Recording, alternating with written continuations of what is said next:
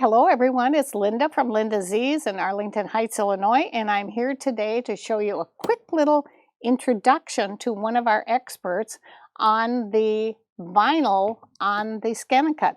I know many of you, after I did a real short little blurb showing you what this Scan and Cut does, and I had my Quilting is My Therapy shirt out, you may have seen that.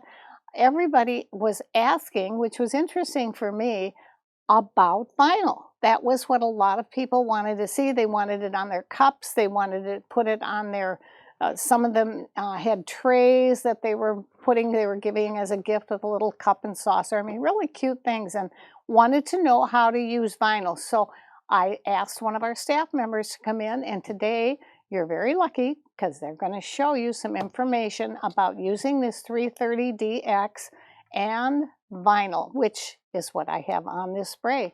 So let me introduce the expert. Hi everybody, it's Dennis again here. We're going to talk a little bit this morning about the new Scan and Cut, and this happens to be the SDX 330D, which this D stands for, so everybody knows what brother is Disney. So we're just going to do a short, real little clip on how to label your cup in that. And it's really, really easy. We're going to come out here and we're just going to go into our pattern designs. We're going to pick our alphabet. And we're going to just pick an alphabet of any choice. We'll put Linda's name on it. And we're going to say OK. It comes out here. It tells me my spacing and what size we have right here. It's going to be 1.3 high and 5 inches long. So we're going to say set it. And it comes right up here on the screen now. As easy as this is, it's just loading the mat in first. Or before you load it in, you could actually put a piece of vinyl on it. I usually load it.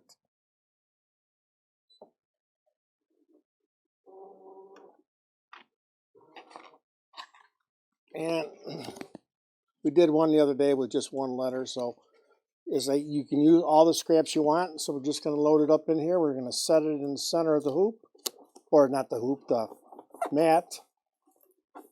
Push it down good with our hands. If you have the roller brayer, you can use that just as well. And I'm going to slide the cup out of the way, and we're going to just scan our mat to know where the piece of vinyl's at.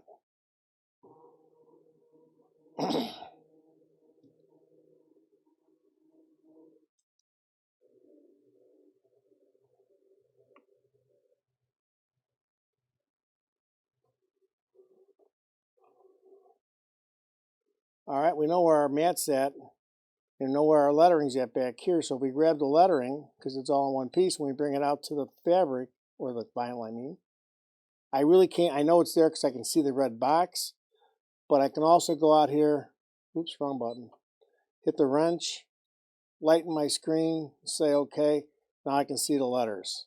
So I can come right up in here, set it right in there. I know it's going to cut right on the vinyl, and I'm going to say OK. I'm going to come out here because now I'm going to tell it what I want it to do. I'm going to cut it.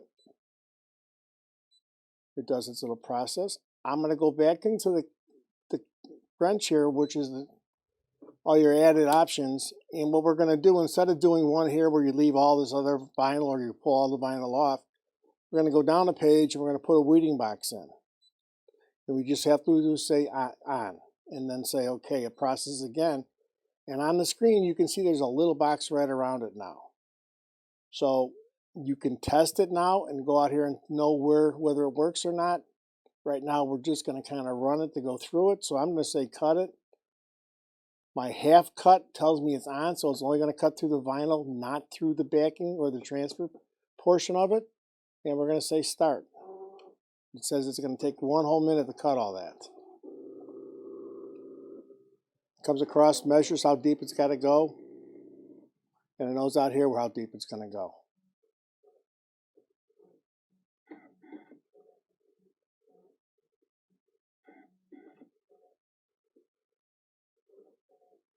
So this is really nice here on this. It just uses the regular blade. If you have the vinyl blade, you can use that with the vinyl mat. It cuts a little bit better with the vinyl blade. but this one does just as well if you don't have it. The other one has a little sharper point to it, so it takes away some of the little pieces where they stick together, doesn't cut through it right away. And right there at the end, we did our cut box, or our weed box. So it says it's done. We're going to pull this whole piece off here, and now I'm going to stay here. And that, so when you're looking at this, you really can't see it. I can see it because I know where to look. But since I put the weed box in, I can just grab this little corner here and pull backwards. Okay, there'll be some edges you're going to go back in and get here in a few minutes maybe. If the circles, they won't come out of the centers. But we're just going to pull up on a 45-degree angle, and everything will come off it. Whoop, the L started up. There we go. So you notice when we pulled it off, we got this little pile instead of all this little extra stuff here. And all we're going to do is go in here and just take the center of the D out. Take that little spot on the A out.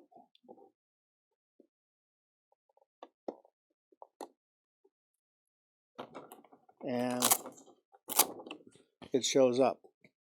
That's really the complete thing. Now all we're going to do, we know how big it is. We can come out here and measure it on our mat or a ruler. This whole piece is less than 2 inches. Each square is 1 inch on our transfer paper. So I'm just going to cut 2 inches off it. This one can be used many times before you get rid of it if you want. You pull off the front of the piece, right, like this. You like me better back here doing this, or okay?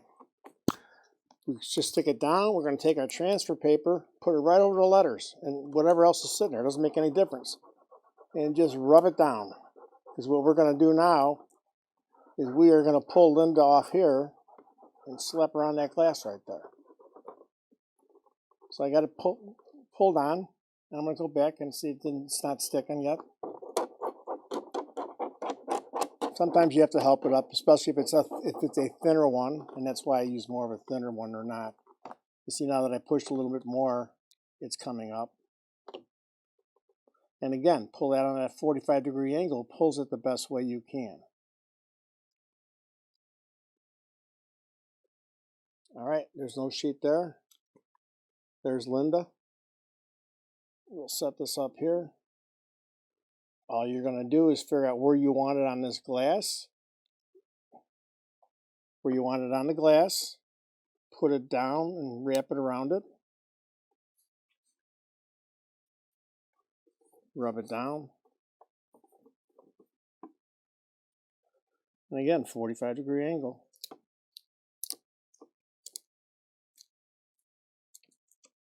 And there it is. That's how easy it is to label anything in the glass. You could, if you wanted to, you could put this on a window. You know, if she was a race car driver, you could put it over the top of the car, you know, with her name on it. This transfer paper, I just set back right on the piece right here. I get 90% of it back on it, and I can use it again. If I have something the same size, if I made a mistake. If I made a mistake here on the eye, I could take the eye out, just print another eye, and just put the eye in the center. So even if you're pulling it off one of these tears, you can make a new one, just like we did for this guy here on the O. In that, the one didn't come out correctly.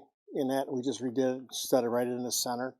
So there's lots of things that you can label with the vinyl. Back car windows, you know, mirrors, glasses, tableware.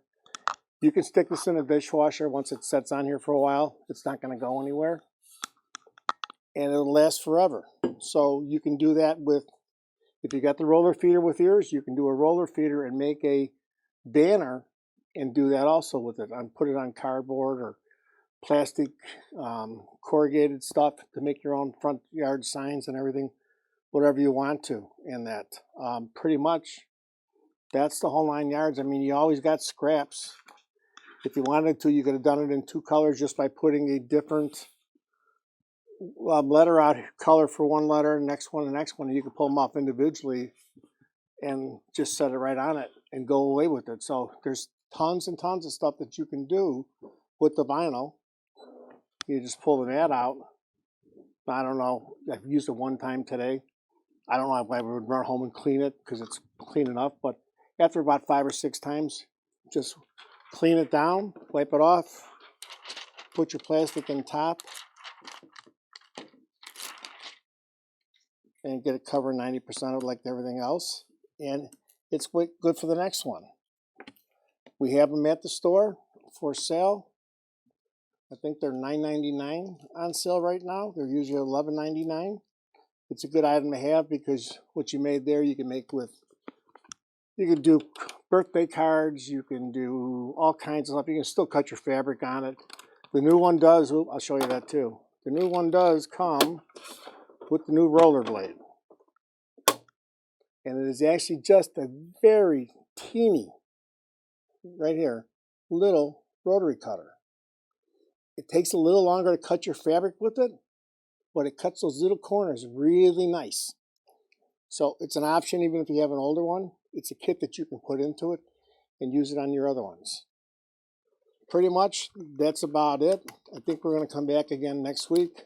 We'll show you another one, another little thing we can do with something else, and we'll actually make a little tray next week. I'll show you how easy that's done. Otherwise, have a good one, guys, and we'll see you at the store soon. Thanks. Bye.